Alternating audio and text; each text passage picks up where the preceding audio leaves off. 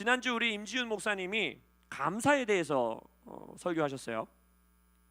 저는 처음에는 이게 설교를 하시는데 좀 뜬금없다 생각했어요. 왜냐면 우리 더콜 이 말씀은 매주 보면 주제들이 거의 정해져 있어요. 그죠? 다음 세대, 기도, 그죠? 예배, 이제 헌신, 막 이런 설교를 쭉 해왔는데 갑자기 지난주에 임지훈 목사님 이제 감사에 대해서 설교를 하시는 거예요. 그러면서 이런 말씀하셨습니다. 감사가 없는 삶은 강팍해지고 감사함으로 주님의 문으로 들어가는 거기 때문에, 그의 문으로 들어가는 거기 때문에, 만약 우리가 감사가 없는 채로 불평불만을 가진 채로 예배의 자리로 온다면 우리는 문 밖에서 드리는 예배를 하고 있을지도 모른다. 하나님의 그 임재와 하나님의 전 안으로 들어가지 못한 채 굉장히 불쌍한 예배겠죠. 하나님의 이 성 바깥에서 막 이렇게 손들고 예배는 하고 있는데 결국 하나님의 임재와 하나님의 성 안으로 들어가지 못하는 그러한 예배. 그래서 이 감사에 대해서 나누면서 이 말씀을 지난주에도 임지훈 목사님이 언급하셨어요. 범사에 감사하라. 범사에 감사하라. 저는 이 개역개정 성경을 굉장히 좋아하는 편입니다. 이 신학교에서 이 헬라어, 히브리어 공부하면서 한글 개역개정 성경이 생각보다 다른 언어 성경들보다도 굉장히 잘 번역된 성경 중에 하나고, 그래서 저는 개역개정을 싫어하지 않는 편이에요. 근데 이 몇몇 부분은 좀 이렇게 이 한자어들도 많이 나오고, 그래서 좀 이런 부분들만큼은 좀 수정할 수 있었으면, 좀 더 이렇게 개정될 수 있었으면 좋겠다라고 생각하는데, 이 요즘 학생들에게 범사 이러면 몰라요. 그 말이 뭔지. 막 금일 이런 말 모른다라는 말 잘 들어보셨죠? 막 시발점 이런 막 욕하는 줄 알고 이게 농담이 아니라 진짜 그렇게 느껴요. 요즘 이 문해력이 굉장히 떨어지면서 이 범사에 감사하라 이러면 막 이게 뭔 뜻인가, 범사가 무슨 말인가, 이런 일이 많거든요. 근데 이 영어로 보면 굉장히 명확해져. In everything이에요. everything. 아니면 다른 성경 보내는 보면 in all thing이에요. all things. 그러니까 모든 것, 모든 상황, 모든 조건, 모든 환경, 모든 것 안에서 give thanks, 주님께 감사를 드려라 라는 구절입니다. 그것이 바로 뭐라 그랬냐면 그리스도 예수 안에서 너희를 향한 하나님의 뜻이다 라고 했어요. 그러니까 평생의 인생에 만약 내가 모든 것 안에서 내가 주님께 감사를 드려야겠다라는 씨름 하나만 하다가 이 땅을 떠나도 우리는 그리스도 예수 안에서 나를 향해 하나님이 품고 계신 그 뜻을 이루기 위해 섬기다가 산 인생이 된다는 거예요. 이 감사라는 게 우리가 생각한 것보다 어마어마한 묵직한 위대한 하나님의 뜻이라는 거예요. 그리스도 예수 안에서 우리에게 주어지는 하나님의 뜻이다. 모든 것 안에서 감사하라. 그건 질문해야 되지 않겠습니까? 어떻게 모든 것 안에서 감사할 수 있을까? 이게 과연 가능한가? 하나님이 분명 우리에게 당할 수 있는, 견딜 수 있는 시험만 주신다 하셨는데, 그러한 말씀만, 이룰 수 있는 말씀만 우리에게 주신다 하셨는데, 범사에 감사하는 것이 과연 가능한 일이냐? 그날 이 임지훈 목사의 설교를 듣고 이제 후찬양하면서 뒤에 기도하는 시간 가운데 어떤 이 문장 하나가 제 마음 가운데서 이렇게 딱 성령 안에서 조명되는 거예요. 바로 그 문장이 뭐였냐면, 재승아, 존재론적 감사를 회복해라, 이러는 거예요. 존재론적 감사. 되게 멋있죠. 제가 이런 좀 이렇게 뭐라 그래, 유창한 말로 주님의 음성을 듣습니다. 할렐루야. 존재론적 감사를 회복해라. 이게 도대체 무슨 말일까? 우리가 범사에 감사하기 힘든 이유를 생각해 보면 쉬워요. 여러분, 왜 모든 것 안에서 주님께 감사하기가 어려울까요? 왜 어려우세요? 너무 거룩해서 쉬우세요? 어렵지 않으세요? 어렵죠. 왜 범사에 감사한 게 어려울까요? 왜 어려울까요? 감사할 만한 상황이 아닌 것 같으니까 힘든 거예요. 그렇죠? 내가 내 머릿속에서 가지고 있는 감사라는 정의, 감사라는 말을 고백하는 환경, 감사라는 말을 고백하는 상황, 그 상황과 조건에 맞아떨어지지 않는 환경이 everything 안에 너무 많은 거예요. 그러니까 내가 범사에 어떻게 감사할 수가 있냐는 거예요. 근데 감사할 만한 상황이다라는 말 안에는 어떤 말이 포함되어 있냐면요, 우리가 가지고 있는 감사의 정의가 존재론적 감사가 아니라 반응적 감사라는 겁니다. 어떤 상황과 환경을 두고 반응하는 거예요. 얘는 감사할 만한 상황이다. 근데 얘는 아니다. 리액션이 있는 거예요. 그러니까 리액티브한 감사한 거예요. 나의 상황과 조건, 환경, in everything이라고 했는데 이 everything이라고 하는 걸 눈앞에 두고 everything이 있는데 얘는 감사할 만한 상황인데 얘는 감사할 만한 상황이 아닌 거예요. 그러니까 범사에 감사하기가 너무 힘든 거예요. 감사할 만한 상황이 아닌데, 감사하는 반응이 나올 만한 일이 아닌데 어떻게 내가 감사하냐는 거예요. 그럼 이제 우리는 생각하죠. 그럼에도 불구하고 막 우리가 이를 악물고 막 감사할 상황이 아닌데 감사합니다 막 이러면서 버티면 그게 범사에 감사한 인생일까? 뭐 그것도 귀한 저는 이 시도라고 생각해요. 막 이악 물면서 감사를 고백하는 것도 씨름해봐야 된다고 저는 생각을 해요. 그냥 우리가 알고 있죠. 그거는 멀리 가지는 못합니다. 롱런할 수는 없어요. 근데 이 반응적 감사, 어떤 상황과 환경에 반응적인 감사를 올려드리는 것은요, 실은 이 시대의 풍조입니다. 이 시대에 이런 말이 있어요. You are what you feel 이라는 말이 있습니다. 영어 표현인데 이게 무슨 말이냐면 네가 느끼는 것이 너다. 그러니까 너의 감정이 너를 정의한다라는 뜻이에요. 그래서 지금 이 말씀과는 다른 주제이기는 하지만 제가 요즘 읽고 있는 책이 하나 있는데 그 책이 이 시대에 이 젠더 교육부터 시작해서 이 동성애부터 시작해서 이 세상에서 말하고 있는 성혁명, 이것이 일어난 것의 근원을 찾아가는 책이 있어요. 되게 두껍고 되게 읽기 어려운 책인데 결국 그 책의 주제가 뭐였냐면, 그 중심이 뭐였냐면 이러한 흐름을 이끌어온 모든 철학자들, 사람들, 이 사람들의 뿌리가 결국 뭐냐면요, 나라는 존재가 느끼는 감정이 나를 정의한다라고 하는 자신들의 이론, 철학, 거기에서부터 이 모든 뿌리가 시작된 거라는 거예요. 그래서 지금 미국 사회에서는 뭐 캘리포니아는 지금 현재 뭐 성별이 217개인가 있다고 그래요. 그리고 지금도 늘어나고 있다고 그래요. 근데 그 이유가 뭐냐? 내가 느끼면 그게 내 성별이 될 수 있는 거예요.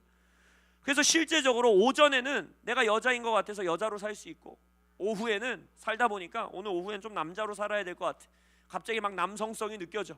그러면 나는 남자로 사는 거고, 저녁이 돼서는 나는 아무 성별도 안 느껴져. 난 남자도 여자도 아닌 것 같아. 그러면 나는 무성별자야 라고 살아갈 수 있는 것이 합법적으로 만들어진 세상이 우리 눈앞에 펼쳐진 거예요. 그러니까 이 세상의 풍조, 이 모든 것의 뿌리는 뭐냐? 나의 감정에 반응해서 살으라는 거예요. 나의 정의가, 나의 감정이 나를 정의한다라는 거예요. 우리도 모른 채 우리가 이 세상 풍조 가운데 휩쓸려 가고 있는 부분이 있다는 겁니다.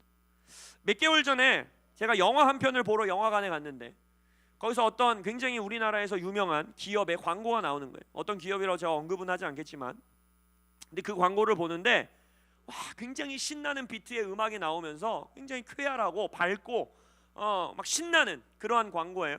근데 그 광고의 캐치프레이즈들을 딱 보는데 와, 이거야말로 이 시대를 완전히 너무나 적나라하게 드러내주는 광고구나라고 생각했어요. 한번 들어보세요. 어떻게 살래? 어떻게 살고 싶냐는 거야. 너 어떻게 살래? 좋으면 됐어. 네가 좋으면 된 거야. 무언가가 되고 싶기보다 어떻게 살고 싶은지가 중요한 거야. 근데 여기서 어떻게 살고 싶은 게 뭐냐? 네가 좋으면 됐어.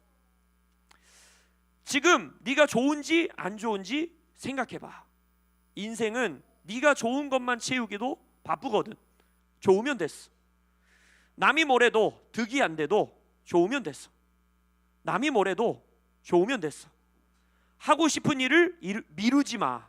좋은 것도 때가 있어. 네가 좋으면 됐어.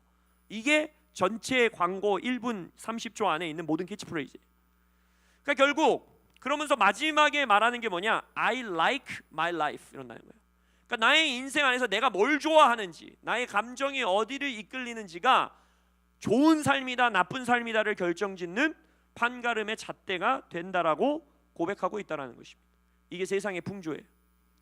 그러다 보니까 우리의 감사도 우리의 감정에 지배받고 있는 겁니다. 내가 기뻐하고 즐겁고 내가 좋아할 만한, 나를 흥분시킬 만한, 내가 감사할 만한 상황과 조건에서는 감사하지만 그렇지 않은 상황에서는 감사하기가 힘든 세상을 우리는 살고 있는 것입니다. 어제 지난주에 말씀 끝에 우리가 시편 136편을 처음부터 끝까지 고백하고 기도하는 시간을 가졌었어요. 시편 136편은 1절부터 끝절까지 감사하라, 여호와께 감사하라는 구절로 그 노래가 이루어져 있습니다.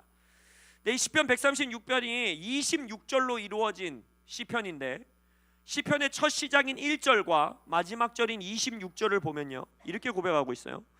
여호와께 감사하라, 그는 선하시며 그 인자하심이 영원함이로다. 이게 1절, 26절 마지막 절은 하늘의 하나님께 감사하라, 그 인자하심이 영원함이로다. 이 감사를 보면요, 하나님이 어떤 일을 행하셨다, 하나님이 뭘 하셨다라는 고백은 나와 있지 않습니다. 하나님의 존재 그 자체, 인자하신 하나님, 선하신 하나님, 그 존재 그 자체에게 우리의 감사를 마땅히 드려야 된다는 거예요. 물론 이 시편의 2절부터 25절 그 중간에 있는 모든 절은요, 하나님이 이스라엘 백성에게 어떤 일을 행하셨는지에 대해 기반되어 감사를 올려드립니다. 원수를 무찌르셔서 감사, 홍해를 가르셔서 감사, 우리를 이리 해주셔서 감사, 우리에게 뭘 해주셔서 감사, 이 일을 해주셔서 감사. 그 감사가 잘못됐다라는 게 아니라 우리의 모든 감사는 내 상황 안에서 하나님이 어떤 일을 행해 주시면 감사할 만한 상황이지만, 뭔가 내가 내 인생을 들여다봤을 때 일이 돌파되는 것 같지 않고, 승리가 보여지지 않고, 여전히 어두움이 있는 것 같고, 광야로 몰리는 것 같고, 여전히 내 기도 제목이 응답되지 않는 것 같은 상황 안에서는 내 감사가 반응적으로 튀어나오지 않는다라는 거예요. 그것을 봤을 때 이 시편 기자는 이 시편의 처음과 마지막 가운데에 뭘 말하고 있느냐, 우리의 모든 감사의 시작과 끝은 무엇이냐, 하나님의 그 존재 자체를 향한 감사로 시작하고 끝낼 수 있어야 된다는 거예요. 근데 성경의 진리를 보면요, 인간, 이 땅에서의 관계도 그렇습니다. 자녀들아, 주 안에서 너희 부모에게 순종하라. 왜요? 네 부모가 너를 먹여주기 때문이다. 이렇습니까? 아니요. 네 부모가 너에게 좋은 차를 사주기 때문이다. 이렇게 하고 있습니까? 그렇지 않아요. 자녀들아, 부모에게 순종해라. 이것이 옳기 때문이다. 관계 안에서의 존재론적으로 자녀라면 마땅히 부모에게 공경과 감사와 순종을 드려야 된다라는 거예요. 부모가 뭘 해줬다 어쨌다, 그것에 전혀 이것이 흔들리고 좌지우지 되지 않는다라는 거예요. 근데 이 세상은 우리에게 뭘 가르칩니까? 부모가 나한테 뭘 해줬는데 라는 걸로부터 시작돼요.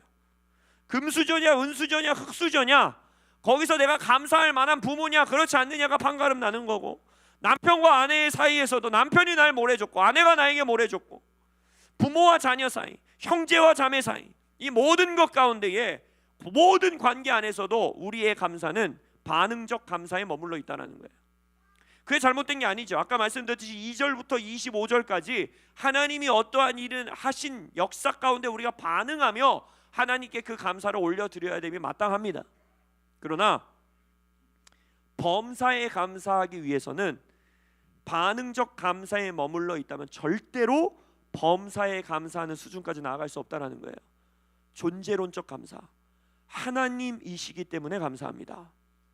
하나님의 어떠하심, 하나님의 하나님 되심으로 인하여 감사합니다라는 감사가 우리 안에 나올 수 있어야 돼요. 여기서 또 하나가 걸리는 거예요. 범사에 감사하기 위해서는 존재론적으로 하나님이시기 때문에 어떠한 상황과 환경 속에서도 단순히 하나님이 인자하신 분이고 하나님은 선하신 분이시기 때문에 나는 하나님께 감사를 마땅히 드려야 된다, 알겠는데 그게 어떻게 할 수 있을까요? 그게 과연 가능할까요? 이 부분에 있어서도 또 그냥 이 악물고 해야 되는 걸까요?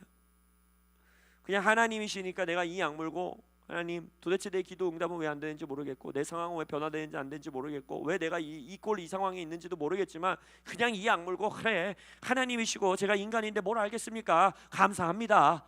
이러고 사는 게 과연 정말 하나님께 우리의 존재를 다하여 감사하는 일일까? 그게 제 씨름이었어요. 지난 설교 이후에 기도할 때 제 마음 가운데, 재승아 존재론적 감사를 회복해라, 이 문장을 주님께서 마치 이렇게 떠오르게 하시면서 제가 씨름하기 시작해서, 하나님 존재론적 감사를 회복하기 위해서 제가 어떻게 해야 합니까? 뭘 해야 합니까? 그러면서 주님께서 제게 주셨던 또 하나의 이 한 주간 묵상하고 기도하면서 주셨던 감동은 바로 무엇이었느냐? 구원의 기쁨, 구원의 즐거움이 회복된 자만이 가능하다라는 거예요. 이 존재론적 감사가. 이게 무슨 말이냐? 다윗이 고백하죠. 자신의 삶에서 하나님의 부르심에 따라 살아가던 인생 가운데에 한순간에 무너져버리고 죄악의 길을 걸으면서 우리가 잘 아는 유명한 시편 51편 그 회개의 찬양을 올려드리면서 이런 고백을 합니다. 주의 구원의 즐거움을 내게 회복시켜 주시고 자원하는 심령을 주사 나를 붙들어 주십시오 라는 고백을 올려드려요. 만약 우리 안에 구원의 감격, 구원의 즐거움이 내 안에 회복되어 있다라는 뜻은 무엇일까요? 바로 하나님과 나의 존재론적 관계가 내 안에 명확하게 확립되어 있다라는 것입니다. 뭐로 확립되어 있는 걸까요? 하나님은 나를 죽음에서 구원하신 분이고 나는 하나님께 구원받은 자다. 이 관계의 확고한 믿음과 그 관계 안에서 살아가는 자만이 구원의 기쁨을 잃어버리지 않고 구원의 즐거움을 회복된 채로 살아가는 인생이라는 것입니다. 하나님과 나의 관계가 나는 이미 지옥에 간 자이고 죽었던 자이고 존재할 수 없는 자였는데 하나님이 자기 아들을 아끼지 아니하시고 모든 것을 나에게 내어줌으로 인하여서 나는 죽음에서 있었어야 되는 자지만 주가 나를 구원하셨다. 나는 구원받은 자다. 그리고 하나님은 그러한 나를 구원하실 필요가 있으신 것도 아니었고 구원했어야 되는 것도 아니었고 구원을 안 하면 큰일 나는 일도 아니었지만 하나님의 은혜로 긍휼하심으로 나를 구원하신 분이다. 나는 이 관계가 내 안에서 성경 지식이 아닌 나의 삶의 확고한 진리로 자리 잡혀 있을 때, 이것이 나의 삶의 실제일 때 우리는 범사에 감사할 수 있는 것입니다. 상황과 조건에 반응하는, 여러분 감정은요 반응하도록 만들어진 겁니다. 창조된 거예요. 감정은 악한 게 아닙니다. 하나님조차도 어떤 상황과 조건 앞에 안에서 심지어는 뭐라고 말해요? 내가 인간을 만든 것을 후회한다라는 감정을 표현하시잖아요. 그러니까 감정은 절대 악한 게 아닙니다. 상황과 조건에 자연스럽게 리액티브하고 반응하도록 창조받은 피조물이 바로 뭐냐? 우리의 감정이에요. 그러나 그 감정에 휘둘리지 아니하고 그 감정에 내가 좌지우지하지 아니하고 상황과 조건에서 일희일비하지 아니하고 그 나의 감정은 사망의 음침한 골짜기를 지나는 것 가운데 낙심되고 두렵고 염려되고 걱정되고 수치스럽고 무섭고 걱정되는 그 감정 안에서조차 범사잖아요. In everything. 걱정되는 상황에서도 두려운 상황에서도 수치스러운 상황에서도 정죄심을 느끼는 상황 가운데서도 이 감정 안에서도 감사할 수 있는 유일한 길은 나 죽었던 자지. 근데 구원받았지. 그리고 하나님이 나를 구원하신 분이지. 하나님 감사합니다 라는 진심의 전심의 고백이 나올 수 있다는 것입니다. 자기 아들을 아끼지 아니하시고 모든 것을 내어주신 분, 나는 나의 모든 것을 빚진 분. 제가 이런 말을 많이 고백해요. 우리는 하나님께 모든 걸 빚진 자고 하나님은 우리에게 빚진 게 하나도 없으신 분인데 우리의 신앙생활을 보면 하나님께 우리에게 모든 걸 빚진 것 같이 우리는 신앙생활을 합니다. 이것도 해주셔야 되고 저것도 해주셔야 되고 왜 이건 안 되고 왜 저건 안 되고 왜 이건 안 돌파되고 왜 저건 돌파되지 않고 왜 이건 해결되지 아니하고 왜 홍해는 갈라지지 아니하고 왜 내 앞에 골리앗은 있는 것이고 왜 내 앞에 있는 큰 산은 옮겨지지 않는 것이고 왜 내 앞에 무화과 나무는 열매를 맺지 않는 것이고 왜 내 외양간에는 송아지가 없는 것이고 마치 하나님은 왜 안 하십니까? 하나님 주무십니까? 라는 말. 욥이 거룩한 자였고 하나님이 심지어 욥의 그 마지막 가운데 친구들을 향해 너희들이 욥만큼 거룩하냐 욥만큼 진실됐냐라고 꾸짖을 정도였지만 그러한 욥을 향해서도 하나님이 뭘 말씀하세요? 너의 존재가 내 앞에서 뭐냐 욥아 라고 말하시죠. 내가 천지를 지은 여호와 하나님인데 넌 도대체 내 앞에서 뭐냐? 라고 욥을 꾸짖으세요. 하나님의 존재를 그 앞에 드러내시는 거예요. 나는 이런 하나님인데 너는 내 앞에서 누구니? 라고 욥에게 질문하신다는 겁니다.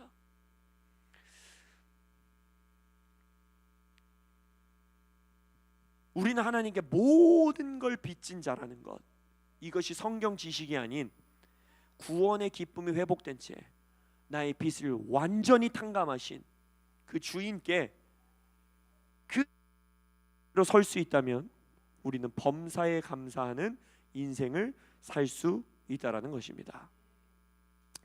시편 42편에 이런 고백이 있어요. 내 영혼아 네가 어찌하여 낙심하며 어찌하여 내 속에서 불안해하는가. 그러니까 우리의 감정을 여기서 시편에서 찝어내는 거예요. 여러분, 우리의 영혼은요 낙심할 수 있습니다. 자연스러운 일이에요.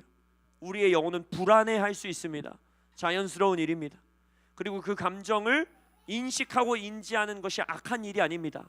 아, 나 지금 수치심을 느끼고 있구나.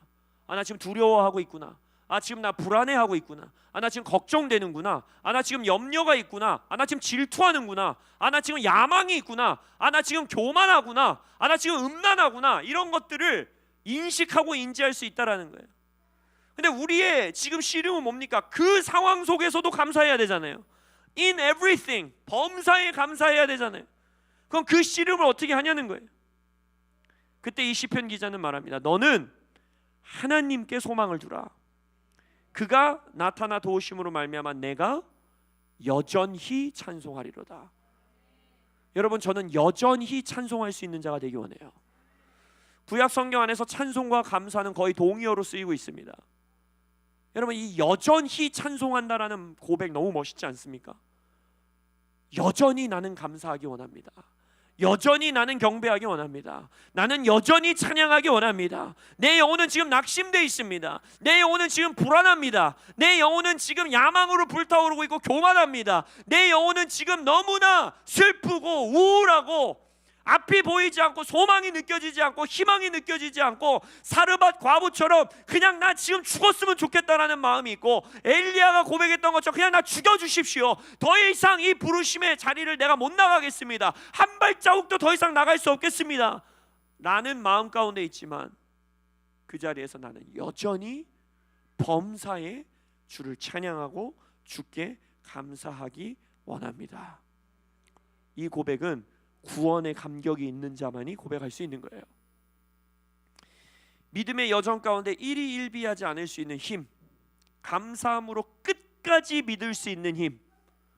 5년을 기도해도 응답이 되지 않았고 10년을 기도해도 응답이 되지 않았고 3달을 기도해도 응답이 없었고 돌파가 없었고 승리가 없었고 소망이 보이지 않고 엘리야가 고백했던 것처럼 나 혼자 하나님 나라 일하는 것 같고 우리 교회만 씨름하는 것 같고 내 주변에 나를 도와주는 사람이 없는 것 같고 과연 이 상황이 돌파될 수 있을까라는 두려움 속에서도 끝까지 믿을 수 있는 힘이 있기를 원하지 않으십니까?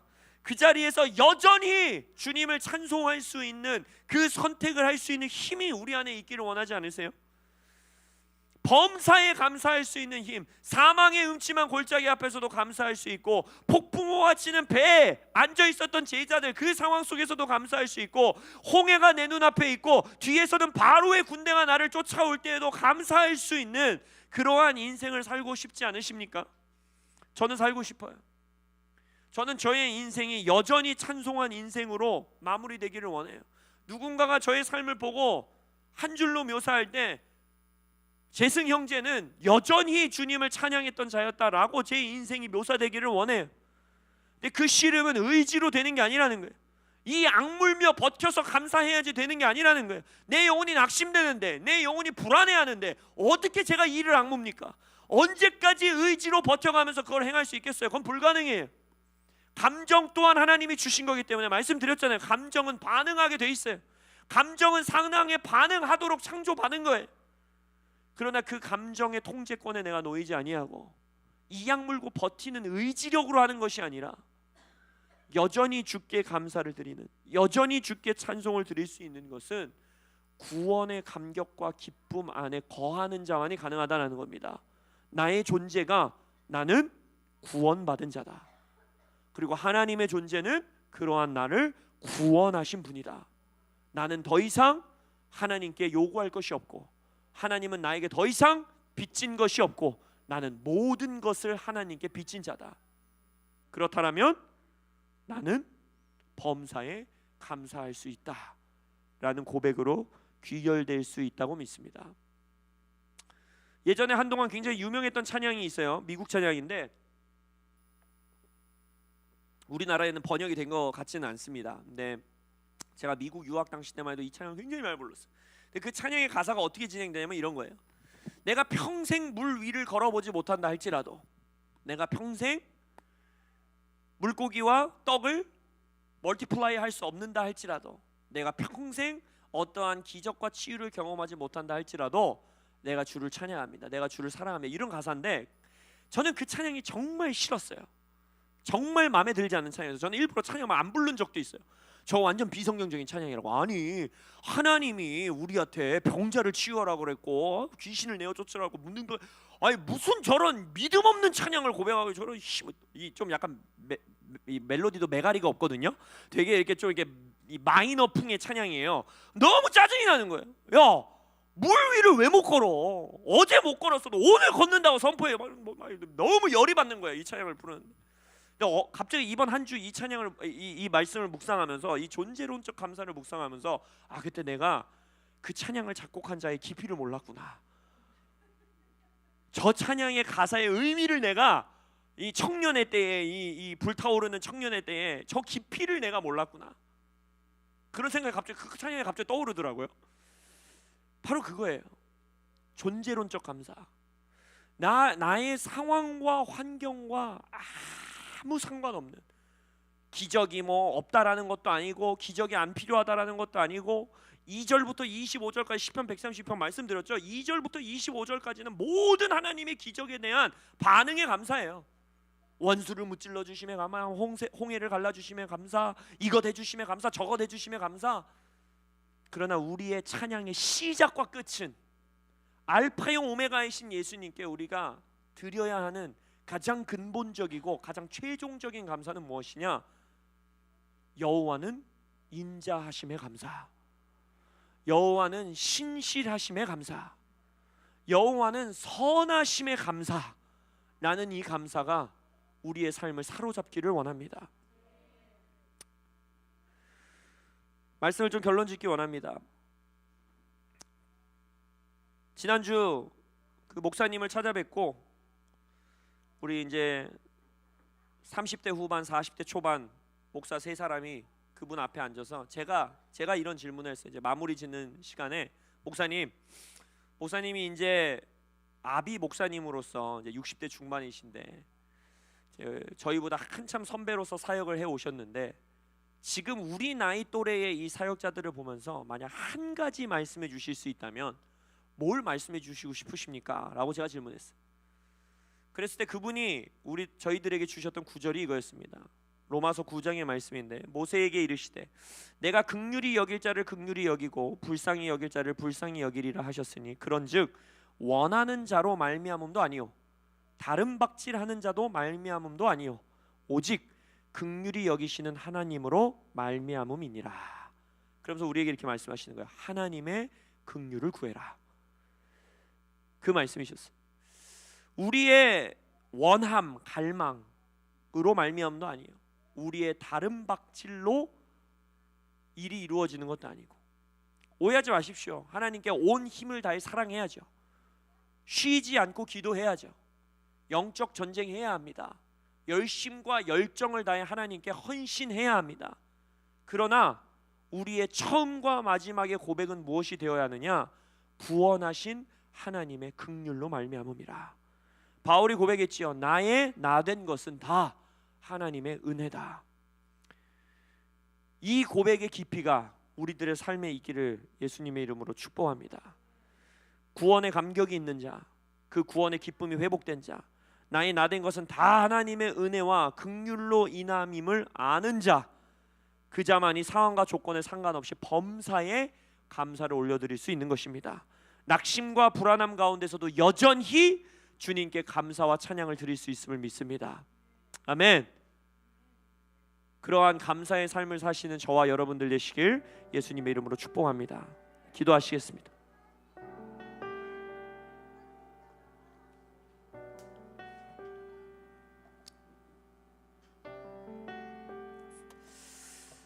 우리 기도하시면서 여러분의 눈앞에 여러분의 영혼이 낙심되고 여러분의 영혼이 불안한 그 상황과 조건을 좀 이렇게 영의 눈으로 상상하듯이 좀 그려보세요. 우리의 감정이 요동치고 있고 우리의 감정이 어렵고 우리의 감정이 힘들고 감사할 만한 상황이 아닌 것 같은 그 상황을 우리 좀 눈앞에 둡시다.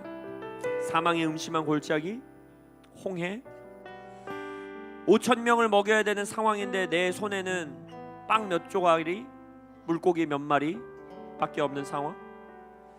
저편으로 건너가기 위해 배를 탔는데 뜻하지도 않은 폭풍을 만난 상황. 사르밧 과부와 같이 내가 할 수 있는 모든 걸 해봤는데 오늘 먹고 죽을 것밖에 내 손에 없는 상황.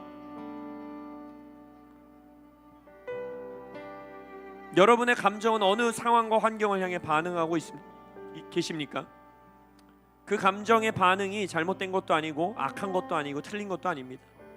하나님이 창조하신 거예요.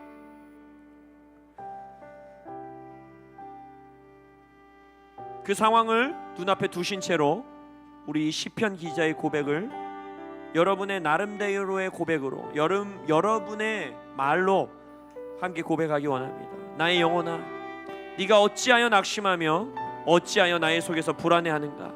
너는 하나님께 소망을 둘지어다. 그가 나타나 도우심으로 말미암아 내가 여전히 지금도 범사에 이 상황과 이 조건 속에서도 하나님이시기에 감사할 것이라. 내가 구원받은 자이기에 감사할 것이라. 나를 구원하신 분이 하나님이시기에 감사할 것이라. 하나님은 신실하시며 위대하시며 하나님은 선하시며 하나님은 나를 사랑하시는 분이시기에 내가 감사를 올려드릴 것이라. 이 시간 고백하며 기도하며 나아가겠습니다. 하나님, 그렇습니다. 나는 구원받은 자입니다.